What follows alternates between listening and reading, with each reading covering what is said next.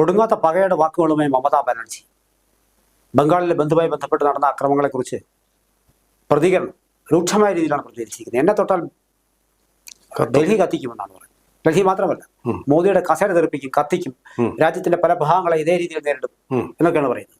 എന്താണ് മമതയുടെ പ്രകോപനത്തിന്റെ കാരണം? നമുക്കറിയാവുന്നതുപോലെ ബംഗ്ലാദേശിനെ ഒരു കാലത്ത് വിശേഷിപ്പിച്ചിരുന്നത് ലോകത്തിന്റെ ബഗേഴ്സ് ബാസ്ക്കറ്റ് എന്നാണ് വിശേഷിപ്പിച്ചത്. അത്ര ദരിദ്രമായിരുന്നു. അപ്പോൾ ബംഗ്ലാദേശ് മെച്ചപ്പെട്ടു, പക്ഷെ ബംഗാൾ ഇപ്പോഴും പഴയ സ്ഥിതിയിൽ തന്നെ. ഒരു ചുവട് മുന്നോട്ട് കൊണ്ടുപോകാൻ കഴിഞ്ഞിട്ടില്ല. വ്യവസായത്തിന്റെ ശ്മശാന ഭൂമിയായിട്ട് തന്നെ തുടരുകയാണ്. ഒരു വ്യവസായം അവിടെ കൊണ്ടുവരാൻ സമ്മതിക്കുന്നില്ല. സംഗ്രൂറിൽ വ്യവസായം കൊണ്ടുവരാൻ വേണ്ടി ബുദ്ധദേവ് ഭട്ടതിരി ശ്രമിച്ചപ്പോൾ അതിനെതിരെ തെറ്റിദ്ധാരണ ജനങ്ങളിലുണ്ടാക്കി പ്രക്ഷോഭങ്ങൾ നടത്തി. അന്നൊരു ബലാത്സംഗം നടന്നിരുന്നു, ഒരു മാനഭംഗപ്പെടുത്തൽ. അതിനെതിരെ ദുർഗയെപ്പോലെ ആളിക്കത്തിയ വ്യക്തിത്വമാണ് മമതാ ബാനർജിയുടെ. അങ്ങനെയാണ് അവർ ജയിച്ച് ബംഗാളിൽ പല തവണ മുഖ്യമന്ത്രിയായി. അപ്പോഴും ശ്മശാന ഭൂമിയായി തന്നെ അത് തുടർന്നു. എന്നു മാത്രമല്ല, അവരെന്തിനെതിരെയാണോ പടപൊരുതിയത് ആ ബലാത്സംഗങ്ങൾ ഒരു തുടർക്കഥയായി. 3 ബലാത്സംഗങ്ങൾ, മാനഭംഗങ്ങൾ. കേരളമല്ല, ഇന്ത്യ മുഴുവൻ ഞെട്ടിയ 3 ബലാത്സംഗങ്ങൾ. ഒരു നടപടിയും ഉണ്ടായില്ലെന്ന് മാത്രമല്ല, വേട്ടക്കാരുടെ പക്ഷം നിന്ന ആളാണ് മമതാ ബാനർജി. ഒടുവിൽ ആർജിക്കർ മെഡിക്കൽ കോളേജിലെ ഒരു PG ട്രെയിനി വിദ്യാർത്ഥിനി ക്രൂരമായിട്ട് ബലാത്സംഗം ചെയ്യപ്പെടുകയും കൊല ചെയ്യപ്പെടുകയും ചെയ്തപ്പോൾ അവര് വീണ്ടും വേട്ടക്കാരുടെ പക്ഷം നിന്നു എന്ന് മാത്രമല്ല, അതിൻ്റെ തെളിവുകൾ നശിപ്പിക്കാൻ വേണ്ടി തൻ്റെ ഗൂഢകളെ അങ്ങോട്ട് പ്രകടനമായി വിട്ടുകൊണ്ട് അവിടുത്തെ മെഡിക്കൽ സമൂഹത്തെ മുഴുവൻ ഭീതിയിലാഴ്ത്തുകയും ചെയ്തു. ഇതൊക്കെ കാണുമ്പോൾ ജനങ്ങൾ പ്രതികരിക്കാതിരിക്കുക BJP ഒന്നുമല്ല, ജനങ്ങൾ പ്രതികരിച്ചു. അത് ഘോഷയാത്രയായി അവിടെ നീങ്ങി. പ്രകടനമായിട്ടല്ല, ഘോഷയാത്ര. നമ്മുടെ കേരളത്തിലെ ശബരിമല പ്രക്ഷോഭകാലത്ത് ഉണ്ടായിട്ടുള്ള നാമജപ ഘോഷയാത്രകൾ പോലെ പ്രതിഷേധം ഇരമ്പി. ഇപ്പൊ ഏറ്റവും ഒടുവില് BJPയുടെ ഒരു വിഭാഗം ആൾക്കാര് ബന്ദ് പ്രഖ്യാപിച്ചു ഇന്നലെ. ആ ബന്ദിന് വൻപിച്ച സപ്പോർട്ടാണ് അവിടെ കിട്ടിയത്. ജനങ്ങൾ ഒന്നടങ്കം അനുകൂലമായിട്ട് കാരണം ഈ മമതാ ബാനർജിയെ സഹിക്കാൻ വയ്യ. അവിടെ ജീവനും സ്വത്തിനും വലിയ ഭീഷണിയാണ്. ഒരു സുരക്ഷയുമില്ലാത്ത അവസ്ഥ. ഇവര് റെട്ടറിക്കുകൾ കൊണ്ടാണ് എപ്പോഴും രക്ഷപ്പെടുന്നത്. ഈ കാര്യത്തിലും അങ്ങനെ റെട്ടറിക്ക്, അവരുടെ അണികളെ അണിനിരത്തിക്കൊണ്ട് അവരുടെ കയ്യടി കിട്ടാൻ വേണ്ടി അവർ പറഞ്ഞ വാക്കുകൾ ഒരു ഭീകരവാദി ഇതുവരെ പറയാത്ത വാക്കുകളാണ്. അവരവിടെ കയറി നിന്ന് മൈക്ക് കയ്യിലെടുത്തുകൊണ്ട് അവർ പ്രസംഗിക്കുക. അവരുടെ ശരീരഭാഷ ഒരു ഭീകരവാദിയുടേത് തന്നെ, ഒരു വിഘടനവാദിയുടേത് തന്നെയായിരുന്നു. അവർ പറഞ്ഞത്, നിങ്ങൾ ബംഗാൾ കത്തിക്കാൻ ശ്രമിക്കുകയാണെങ്കിൽ, അതിൽ അക്രമങ്ങൾ ഒരുപാട് ഉണ്ടായി. ബാരിക്കേഡ് തകർത്തു, പോലീസ് വെടിവെപ്പ്, ടിയർ ഗ്യാസ്, വലിയ അക്രമമാണ് നടന്നത്. അവർക്ക് ഭരിക്കാൻ അറിയില്ല, പോലീസിനെ എന്തറിയാൻ അറിയത്തില്ല. ഹെൽത്തിൻ്റെയും അതുപോലെ തന്നെ ആഭ്യന്തര വകുപ്പിൻ്റെയും ചുമതലയുള്ള മുഖ്യമന്ത്രിയാണ്. ഇത് രണ്ടും വൻ പരാജയമാണ് ബംഗാൾ.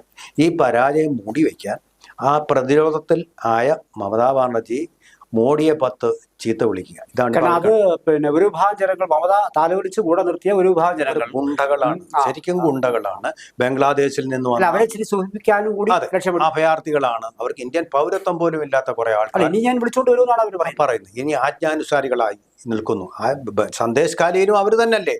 മാടമ്പി നാടുവാഴ്ത്ത കാലത്തെ പോലെ അവിടെ ഷാജഹാൻ ഷെയ്ഖ് എന്ന് പറയുന്ന ആള് കുടുംബങ്ങളിൽ നിന്ന് വരെ ഭർത്തൃമതികളായ സ്ത്രീകളെ കൊണ്ടുവന്ന തൻ്റെ കേരളത്തിലെ സിനിമയേക്കാൾ എത്ര മോശമായിട്ടുള്ള ഒരു അവസ്ഥയായിരുന്നു അവിടെ. അപ്പോൾ ആ ഷാജഹാൻ ഷെയ്ഖിനെ ഒളിപ്പിച്ചു വെച്ച ആളാണ് മമതാ ബാനർജി. അവസാനം കോടതിക്ക് ഇടപെടേണ്ടി വന്നു അവരെ ജയിലിലാക്കാൻ വേണ്ടി. അല്ല, അത്ഭുതം എന്ന് പറയുന്നത് മമതയെ കുറിച്ച് നമ്മൾ കേട്ടിട്ടുള്ളത്, മമത എല്ലാ കോൺഗ്രസിലുണ്ടായിരുന്നു, BJPയുമായി കുറച്ച് അടുത്ത ബന്ധമുണ്ടായിരുന്നു. തിരിച്ചവർ ഒറ്റയ്ക്ക് പിന്നെ സ്വന്തം നിലയിൽ പോരാടി പിന്നെ CPM എന്ന് പറയുന്ന പ്രസ്ഥാനത്തെ മറികടന്ന് വന്നു. എനിക്കിപ്പോഴും മനസ്സിലാവാത്തൊരു കാര്യം എന്ന് പറയുന്നത്, അവർ നല്ല ചിത്രകാരിയാണ്, ഒരു പിന്നെ എഴുത്തുകാരിയാണ്, കവിതയൊക്കെ എഴുതുന്ന പ്രവണതകൾ. അപ്പൊ അത്തരത്തിലുള്ളൊരു മനസ്സിന് എങ്ങനെ ഇങ്ങനെ വളരെ രൂക്ഷമായി പ്രതികരിക്കാൻ പറ്റും? വിഘടനവാദം പറയാൻ കഴിയും, തനിക്കെതിരെ വരുന്നവരെ അടിച്ചമർത്തി മുന്നോട്ട് കയറാൻ കഴിയും. ഇത് തികച്ചും ഒരു ക്യാരക്ടറിൽ കാണുന്ന 2 വിരോധങ്ങളല്ലേ? ഇല്ല, ഒരു വിരോധവുമില്ല. സുരേഷ് ഗോപി നല്ലൊരു കലാകാരനാണ്, അദ്ദേഹം ഒരു മോശം രാഷ്ട്രീയക്കാരനാണ് എന്ന് പറഞ്ഞ പോലെയാണ്. നല്ല കലാകാരിയായിരിക്കാം, പക്ഷേ മോശം ഭരണകർത്താവാണ്. ബംഗാളിൽ എന്ത് നേട്ടം ഇവർ കൊണ്ടുവന്നിട്ടുണ്ട്? ഇങ്ങനെ കുറെ ബലാത്സംഗങ്ങളല്ല, എന്ത് നേട്ടമാണ് ബംഗാളിന്റെ മണ്ണിൽ സംഭവിച്ചിട്ടുള്ളത്? ഒരു വ്യവസായം വന്നിട്ടുണ്ടോ? ഇപ്പോഴും നമ്മൾ കാണുന്ന അടുക്കളകളിൽ, വീടുകളുടെ മാത്രമല്ല ഹോട്ടലുകളുടെയും അടുക്കളകളിൽ പാത്രം മൂറാൻ വരുന്ന ബംഗാളികളെ അല്ലേ നമ്മൾ കാണുന്നത്? ഒരു സംസ്ഥാനത്തെ മുഴുവൻ അവർ നശിപ്പിച്ച് നാശമാക്കിയില്ലേ? ഇങ്ങനെ കുറെ മതവികാരത്തിന്റെയും ന്യൂനപക്ഷ വികാരത്തിന്റെയും പേരിലുള്ള വികാരം ആളിക്കത്തിച്ചുകൊണ്ട് ഭരിക്കുന്നവരല്ലേ അവര്? അവർക്ക് എങ്ങനെ തോന്നുന്നു? ഒരു ഇന്ത്യൻ പൗരയ്ക്ക് തോന്നുന്നു ബംഗാളിനെ നിങ്ങൾ കത്തിച്ചാൽ? ഏത് സംസ്ഥാനത്താ ബന്ധുണ്ടാവാത്തത്? ഇന്ത്യയിൽ ഏതെങ്കിലും സംസ്ഥാനം അങ്ങനെയുണ്ടോ? അങ്ങനെ കത്തിച്ചാൽ നിങ്ങളുടെ UP ഞങ്ങൾ കത്തിക്കും, ഡൽഹി കത്തിക്കും, അസം കത്തിക്കും, നിങ്ങൾ ഭരിക്കുന്ന എല്ലാ സംസ്ഥാനവും കത്തിക്കും. ഇവരാര്? പ്രധാനമന്ത്രിയാണ് ഇന്ത്യ മുഴുവൻ തെരഞ്ഞെടുത്ത ഒരു പ്രധാനമന്ത്രിയാണ് ഇന്ത്യ ഭരിക്കുന്നത്. ഇവര് ബംഗാളിലെ ഒരു കൂപമണ്ഡപവുമായിട്ടിരുന്നുകൊണ്ട് നിങ്ങളെ ഞാൻ കത്തിക്കുമോ? അതൊരു ഭീകരവാദി വിഘടന രാഷ്ട്രീയം. കാശ്മീരിൽ കത്തിക്കുമെന്ന് പറയാൻ എങ്ങനെ ധൈര്യം വന്നു എന്നുള്ളതാണ് ചോദിക്കുന്ന ആളുകൾ അത്ഭുതപ്പെടുന്നത്. ഇവർക്ക് മാനസിക നിലയ്ക്ക് എന്തെങ്കിലും തകരാറ്? പിന്നെ എന്തുകൊണ്ട് കേന്ദ്ര സർക്കാർ ഉചിതമായ രീതിയിൽ ഇടപെടുന്നില്ല? കേന്ദ്ര സർക്കാർ ഇതുകൊണ്ട് സന്തോഷിക്കുകയാണ്. കാരണം വിനാശകാലേ അവിടെ കത്തി തീരട്ടെ എന്നുള്ളതാണ്. വിനാശകാലേ വിപരീത ബുദ്ധി നശിച്ചുകൊണ്ടിരിക്കുകയാണ്. ഊറിച്ചിരിച്ചുകൊണ്ടിരിക്കുകയായിരിക്കണം അമിത്ഷാ. ഇത് സ്വയം നശിച്ച് സെൽഫ് ഗോൾ അടിച്ച് തകർന്ന് തീരുകയാണ്. നയതന്ത്രജ്ഞത എന്ന് പറയുന്നത് ഒട്ടും തീണ്ടിയിട്ടില്ല. നമുക്കറിയാമല്ലോ, വാജ്പേയിയുടെ കാലത്ത് ഇത്രയും സമന്വയത്തിന്റെ വ്യക്തമായിട്ടുള്ള വ്യക്തിയില്ല, പ്രധാനമന്ത്രിയില്ല. അദ്ദേഹത്തിന്റെ മന്ത്രിസഭാ യോഗത്തിൽ നിന്ന് ഇറങ്ങി പിണങ്ങി ഓടി ബംഗാളിലേക്ക് പോയ ആളാണ് ഈ മമതാ ബാനർജി. രാഷ്ട്രീയ ലക്ഷ്യവും ചാർട്ടും സോണിയാഗാന്ധിയുമായിട്ട് വഴക്കിട്ട് ആടിയിട്ട് പിരിഞ്ഞതാണ്. ഇപ്പൊ സോണിയാഗാന്ധിയെ നാഴികയ്ക്ക് 40 വട്ടം ചീത്ത പറഞ്ഞുകൊണ്ടിരിക്കുന്നുണ്ട്. അവിടെ തന്നെ CPM-നെ ചീത്ത പറഞ്ഞുകൊണ്ടിരിക്കുന്നുണ്ട്.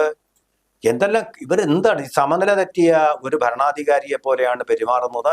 ഇവർക്ക് കൂച്ചുവിലങ്ങടകേണ്ട കാലം ആ ചങ്ങലയ്ക്ക് ഭ്രാന്ത് പിടിച്ചതുപോലെയാണ് ബംഗാൾ. അതാണ് ശരിയായിട്ടുള്ള സാഹചര്യം. എങ്കിൽ പോലും കേന്ദ്ര സർക്കാരിന്റെ ഒരു ഇടപെടൽ വരാതിരുന്ന് കഴിഞ്ഞാലുണ്ടാവുന്ന ഭവിഷ്യത്ത് അങ്ങനെ നോക്കി നിൽക്കാനാവും? കൈ കട്ടി കൂട്ടി നിൽക്കാനാകും? ഇപ്പൊ എന്തായാലും ഗവർണർ റിപ്പോർട്ട് കൊടുത്തിട്ടുണ്ട്. മലയാളി കൂടിയായ ഗവർണറാണല്ലോ. അപ്പൊ ആനന്ദ ബോസ് കൊടുത്തിട്ടുണ്ട്, പരാതി അവിടെ എഴുതി കൊടുത്തിട്ടുണ്ട്, രാഷ്ട്രപതിക്കും കൊടുത്തിട്ടുണ്ട്, സംസാരിച്ചു. അതിനെ തുടർന്നാണ് രാഷ്ട്രപതി തന്നെ പറഞ്ഞ സ്ത്രീകൾക്ക് നേരെ ഉള്ള ഈ അതിക്രമങ്ങൾ അവസാനിപ്പിക്കണമെന്ന് രാഷ്ട്രപതി തന്നെ. അങ്ങനെ ഒരു അസാധാരണമായിട്ടൊരു പ്രതികരണം രാഷ്ട്രപതി ഡൽഹിയിൽ ഈ റിപ്പോർട്ടുമായി എത്തിയ ദിവസം തന്നെ ചർച്ച ചെയ്തു. പക്ഷെ നമ്മളൊന്ന് ഓർക്കേണ്ട കാര്യം, BJP ഗവൺമെന്റ് മോദി വന്നതിന് ശേഷം ഒരൊറ്റ സംസ്ഥാന ഗവൺമെന്റുകളെ പിരിച്ചുവിട്ടിട്ടില്ല. ആ മോദി ഗവൺമെന്റാണ് ജനാധിപത്യത്തെ തകർക്കുന്നു എന്ന് രാഹുൽ ഗാന്ധിയും മമതാ ബാനർജിയും നാഴികയ്ക്ക് 40 വട്ടം ജനങ്ങളെ ഉദ്ബോധിപ്പിച്ചു. കോൺഗ്രസ് ഭരണത്തിൽ ജനതാ പാർട്ടി ഭരണത്തിൽ മോശമാണ്. 9 സംസ്ഥാന ഗവൺമെന്റുകളിലെ ചരൺ സിംഗ് ഒരൊറ്റയടിക്ക് പിരിച്ചുവിട്ടത്. അങ്ങനെയൊക്കെ ജനാധിപത്യ ധ്വംസനം നടത്തുന്ന ഇവരെയാണ് CPM ജനാധിപത്യത്തിന് കൂട്ടുകാരായി പിടിച്ചിരിക്കുന്നത്. അവരുടെ EMSന്റെ ബാലറ്റിലൂടെ വന്ന ആദ്യ മന്ത്രിസഭയെ പിരിച്ചുവിട്ടതാരായിരുന്നു? ജവഹർലാൽ നെഹ്റുവിനെ ഇപ്പൊ എന്തോ ഒരു ഇഷ്ടമാണെന്നറിയാം അവർക്ക്. അപ്പൊ വിഷയം മാറിപ്പോന്നു. EMS മൂരാച്ചി എന്ന് വിളിച്ചിരുന്നതാണ്. ഇപ്പൊ ജനാധിപത്യത്തിന്റെ കാവൽക്കാരൻ, ഭരണഘടനയുടെ സംരക്ഷകൻ, എന്തെല്ലാം. ഇതിൽ ഈ പ്രതിപക്ഷ സഖ്യം ആ ഹോസ്പിറ്റലിലെ ആ ഡോക്ടറുടെ മരണത്തോടനുബന്ധിച്ച് രാഹുൽ ഗാന്ധി തന്നെ മറ്റു മാർഗങ്ങളൊന്നും ഇല്ല വന്നപ്പോൾ ഒരു പ്രസ്താവന അദ്ദേഹം നടത്തിയെന്തായി? അവസാനം അത് എന്താ, മണിപ്പൂരിനെ കുറിച്ച്, ഉന്നവയെ കുറിച്ച് ഒക്കെ, ഹത്രാസിനെ കുറിച്ചൊക്കെ എപ്പോഴും ആംഗളയും ബംഗളും കൂടെ അവിടെ പോയി നാടകം നടത്തുകയാണല്ലോ. രണ്ടുപേരും കൂടെ പോയി അവിടെ കടന്ന് ഇന്ത്യയെ ഉദ്ബോധിപ്പിക്കുകയാണല്ലോ. എനിക്ക് തോന്നുന്നു ഇവരെല്ലാം കൂടെ ചേർന്ന് ഇന്ത്യയെ ഒന്ന് വിഘടിപ്പിക്കാൻ, ലോകത്തിലെ 3ാം ശക്തിയായിട്ട് മുന്നേറിക്കൊണ്ടിരിക്കുന്ന ഇന്ത്യയുടെ ശക്തി ഒന്ന് തകർക്കാൻ വിദേശത്തെ ചില ഉണ്ടല്ലോ, ജോർജ് സൊറോസ് എന്ന് പറയുന്ന പോലെ സോറിയാസിസ് ബാധിച്ച ചില ആൾക്കാർ, അവരെയും കൂടെ ഹിൻഡൻബർഗ്, അങ്ങനെ ഒരു ചില മാതൃകകളുമായിട്ട് കൂട്ടുപിടിക്കാൻ ചൈനയുടെ സഹായമുണ്ട്, അതിന് പാകിസ്ഥാന്റെ സഹായമുണ്ട്.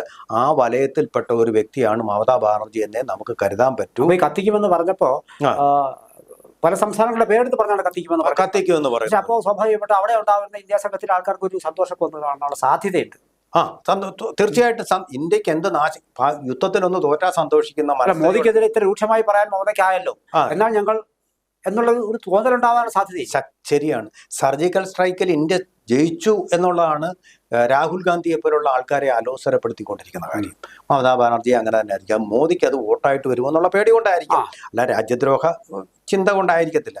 പക്ഷേ ആ തരത്തിൽ ആങ്ങള ചത്താലും വേണ്ടുവില്ല, നാത്തൂന്റെ കണ്ണീര് കാണണമെന്നുള്ള മനഃശാസ്ത്രമാണ് ഈ മമതാ ബാനർജിയെയും രാഹുൽ ഗാന്ധിയും ഒക്കെ ഭരിച്ചുകൊണ്ടിരിക്കുന്നത്. എന്തായാലും ഇന്ത്യക്ക് പരിചിതമല്ലാത്ത വാക്കുകളും പ്രവൃത്തികളുമാണ് മമതയുടെ കയ്യിലുണ്ടായിക്കൊണ്ടിരിക്കുന്നത്. ഒരു പക്വതയില്ലാത്ത രാഷ്ട്രീയക്കാരുടെയും ഒരു ഭരിക്കാൻ അറിയാത്ത ഒരു മുഖ്യമന്ത്രിയുടെയും വാക്കുകളാണ് റെട്ടോറിക്കുകളായിട്ട്, പക്ഷെ അങ്ങനെ ആക്രോശങ്ങളായിട്ട് വന്നിരിക്കും. കാരണം എന്ന് പറയുന്നത് ഇപ്പോൾ മമതാ ബാനർജി സംബന്ധിച്ചിട്ട് ബേസിക്കലി ഒരു രാഷ്ട്രീയക്കാരി, ഞാൻ നേരത്തെ പറഞ്ഞ പോലെ ചിത്രകാരി, കലാകാരി ഒക്കെയാണ്. പക്ഷെ അതൊക്കെ ഒരു രാഷ്ട്രീയക്കാരന്റെ, രാഷ്ട്രീയ രംഗത്തുള്ള ഒരു വ്യക്തിയുടെ ചില വശങ്ങളാണ്. പക്ഷെ ഇവർ ബേസിക്കലി ഇവരൊരു രാഷ്ട്രീയക്കാരി തന്നെ, മിടുക്കിയ രാഷ്ട്രീയക്കാരിയുമാണ്. ഇല്ലെങ്കിൽ പിന്നെ ഇന്ത്യൻ രാഷ്ട്രീയത്തിൽ ഇത്രയും നാള് അവർക്ക് നിൽക്കാൻ കഴിയില്ല. ഒറ്റ സംസ്ഥാനത്തിനെ ഒരു വലിയ പ്രസ്ഥാനത്തെ തകർത്തുകൊണ്ട് നിന്നത്. അല്ല. ഇപ്പൊ മോദിക്ക് പോലും കൈ വിറയ്ക്കുന്നു അവരെ തൊടാൻ. ബംഗാളിൽ ഈ പറയുന്ന ആ വിഭാഗത്തിന്റെ കെയർ ഓഫിലാണ് ജയിക്കുന്നത്. തൊട്ടടുത്ത ത്രിപുരയിൽ പോലും നേട്ടം ഉണ്ടാക്കാൻ കഴിഞ്ഞിട്ടില്ലല്ലോ. ഇന്ത്യയിൽ ഏതെങ്കിലും സംസ്ഥാനത്ത് കഴിഞ്ഞു? AP കഴിഞ്ഞു. പഞ്ചാബില് അവർക്കൊരു പദമുദ്ര ഫുട് പ്രിന്റ് ഉണ്ടാക്കാൻ കഴിഞ്ഞു. ഇവർക്ക് അതിന് കഴിഞ്ഞിട്ടുണ്ടോ? ബംഗാളിലെ ആളുകളെ കുറച്ച് അഗ്രസീവ് ആയിട്ടുള്ള ആൾക്കാരുണ്ട്. അവരുടെ ശരീരഭാഷ ഈ അന്തിച്ചർച്ചകളിലും കാണാം. അവരുടെ ശരീരഭാഷയിലെ ആ അഗ്രസീവ്നെസ് നമുക്ക് കാണാം. കൂടെ പഠിച്ച ബംഗാളികൾ ഉണ്ടാവുമല്ലോ. ഫിലിം ഇൻസ്റ്റിറ്റ്യൂട്ടിൽ എൻ്റെ കൂടെ പഠിച്ച ബംഗാളികളുണ്ട്. അവരെല്ലാം വളരെ വയലൻ്റാണ്. ഏത് കാര്യത്തിലും വൈകാരികമായിട്ട് അങ്ങ് പ്രതികരിക്കുന്ന ആൾക്കാരാണ്. ഈ ബംഗാളി ഭദ്രാലോകം എന്ന് പറയുന്നത് അങ്ങനെ തന്നെ. കേരളീയരെക്കാൾ വളരെ വളരെ 10 മടങ്ങ് അഗ്രസീവ്നെസ് ഉള്ളവരാണ്. ഈ ഒരു ശുഭ്ര വസ്ത്രവും ആ ഒരു കാമായിട്ടുള്ള ഒരു ലുക്കും അതൊന്നും അവരുടെ പ്രവൃത്തിയിൽ കാണാം. കാമായിട്ടുള്ള ലുക്കല്ല, അവരൊരു ഭ്രാന്തിയെ പോലാണ് ഇന്നലെ സംസാരിച്ചത്. തീ കത്തിക്കും എന്ന് പറഞ്ഞിട്ട് കത്തിക്കും എന്നൊക്കെ പറഞ്ഞാൽ ഇതെന്ത് ജൽപ്പനമാണ് ഇവർ നടത്തുന്നത്? പറഞ്ഞു കൊടുക്കാൻ ആരും. അഴിമതിയിൽ മുക്കി ബംഗാളിനെ കൊന്നു, ഇപ്പൊ ബലാത്സംഗങ്ങളിൽ മുക്കി കൊല്ലുന്നു. ഭരണപരമായിട്ട് ഒരു നേട്ടം ഉണ്ടാക്കാൻ കഴിഞ്ഞില്ല. എന്തെങ്കിലും ഒരു നേട്ടം മറ്റു സംസ്ഥാനങ്ങൾക്കല്ല, എന്തെങ്കിലും നേട്ടം, ഒരു IT കോറിഡോറോ വ്യവസായമോ എന്തെങ്കിലും കൊണ്ടുവരുമെന്ന് പറയാൻ എല്ലാ സംസ്ഥാനങ്ങൾക്കും കഴിയും. ഇവിടെ എന്തെങ്കിലും ഉണ്ടായിട്ടുണ്ടോ? CBIക്ക് അവിടെ അനുവാദമില്ല. CBIക്ക് പ്രവേശിക്കാൻ പറ്റാത്ത ലാൻഡാക്കിയതിനെ മാറ്റുക. എന്തൊരു വൃത്തികെട്ട. അതായത് ഒരു പ്രത്യേക വിഭാഗത്തെ, ന്യൂനപക്ഷ വിഭാഗത്തെ അമിതമായി പ്രീണിപ്പിച്ചുകൊണ്ട് നാൾക്ക് നാൾ വളർന്ന് വലുതാവുകയാണ്. ഇപ്പൊ ഒടുവിൽ ചിന്തയ്ക്ക് തീപിടിച്ചിട്ട് ആ തീപിടിച്ച ചിന്ത ഇന്ത്യ ആകമാനം പടർത്തുമെന്നും കത്തിക്കുമെന്നും തന്റെ നിലനിൽപ്പില്ലാതെ വന്നു കഴിഞ്ഞാൽ ഇന്ത്യ മുഴുവൻ ശിഥിലമാക്കപ്പെടണമെന്നും ചിന്തിക്കുന്ന ഒരു ഇന്ത്യക്കാരി എന്നുള്ള നിലയിൽ ഇവരെ ചോദ്യം പിടിച്ചു നിർത്തുക ചെയ്യാതിരുന്നാൽ ചങ്ങലയ്ക്ക് തീ പിടിച്ചതുപോലാണ്, ചങ്ങലയ്ക്ക് ഭ്രാന്ത് പിടിച്ചതുപോലാണ് ഇപ്പോൾ ബംഗാൾ സംസ്ഥാനത്തിന്റെ അവസ്ഥ. ഇതിലും ഭേദമാണ് തൊട്ടടുത്തുള്ള ബംഗ്ലാദേശ് എന്നുള്ളതേ നമുക്ക് പറയാൻ പറ്റും. തിരിച്ചടിക്കും എന്ന ഭീതിയിൽ ഇവർക്കെതിരെ ഗവൺമെന്റ് ബംഗാൾ ഗവൺമെന്റ് സർക്കാരിനെതിരെ നടപടി എടുക്കാതിരിക്കുന്നത് നാളെ ഒരു ബുദ്ധിമോശമായി കൂടാ എന്നുണ്ടോ? സന്ദേശ്-കാലിയിൽ അതാ സംഭവിച്ചത്. ശക്തമായ നടപടികളെടുത്തു ഗവൺമെന്റ്, സന്ദേശ്-കാലി, കോടതിയും. പക്ഷേ ആ സന്ദേശ്-കാലിയിൽ BJPയുടെ സ്ഥാനാർത്ഥി എന്ന് പറയുന്നത് സന്ദേശ്-കാലിയിലെ ഇരകളിൽ ഒരാളായിരുന്നു. ആ സ്ഥാനാർത്ഥിയെ നിർത്തിയിട്ട് അവരെ തോൽപ്പിച്ചുകൊണ്ട് തൃണമൂലിന്റെ ആൾക്കാർ ജയിച്ചു, ജയഭേരി മുഴക്കി. ഇനി എന്തിനാ അങ്ങനെ ഒരു പാർലമെന്റ് തെരഞ്ഞെടുപ്പിൽ പോലും അവരാണ് പ്രീണനത്തിന്റെ പാരമ്യത്തിൽ നിന്നുകൊണ്ടാണ് വോട്ട് ചെയ്ത് ബംഗാളികളാണല്ലോ. ആ ബംഗാളികൾക്ക് വേണ്ടി എന്തിനാണ് ഇപ്പോൾ ഒരു ഭരണമാറ്റത്തിന് വേണ്ടി ശ്രമിക്കുന്നത്? അവർ വീണ്ടും വൻപിച്ച ഭൂരിപക്ഷത്തില്, ഇപ്പോഴുള്ളതിനേക്കാൾ ഭൂരിപക്ഷത്തിൽ ചിലപ്പോൾ ജയിപ്പിച്ചു വിട്ടാൽ എന്തു ചെയ്യും? പക്ഷെ അനുഭവിക്കുന്നത് പാവപ്പെട്ട ജനങ്ങളാണ്. പാവപ്പെട്ട ജനങ്ങളെ മാത്രമാണ് അനുഭവിക്കുന്നത്. അതായത് ഇന്ത്യക്ക് വളരെ മഹനീയമായ സംഭാവന നൽകിയിട്ടുള്ള ഒരു പ്രദേശമാണ്, സംസ്ഥാനമാണ് ബംഗാൾ. ഇന്ന് ഈ സംഭവിക്കുന്ന കാര്യങ്ങൾ വെച്ച് നോക്കുമ്പോൾ ദയനീയമെന്നേ പറയാനുള്ളൂ. അതും മമതയെ പോലെ ഒരു സ്ത്രീ അവിടെ ഭരിച്ചിരിക്കുന്ന കാലഘട്ടത്തിൽ നിന്നുള്ളതാണ്. അത് സത്യേന്ദ്ര റായ്, രവീന്ദ്രനാഥ് ടാഗോർ, സുഭാഷ് ചന്ദ്രബോസ് ഇവർക്കൊക്കെ ജന്മം നൽകിയ ഈ പുണ്യഭൂമി ഇന്ന് നശിപ്പിച്ച് നാറാണക്കല്ലിട്ടിരിക്കുകയാണ് ഒരു രാഷ്ട്രീയ നേതാവിന്റെ പിടിപ്പ് കേടും.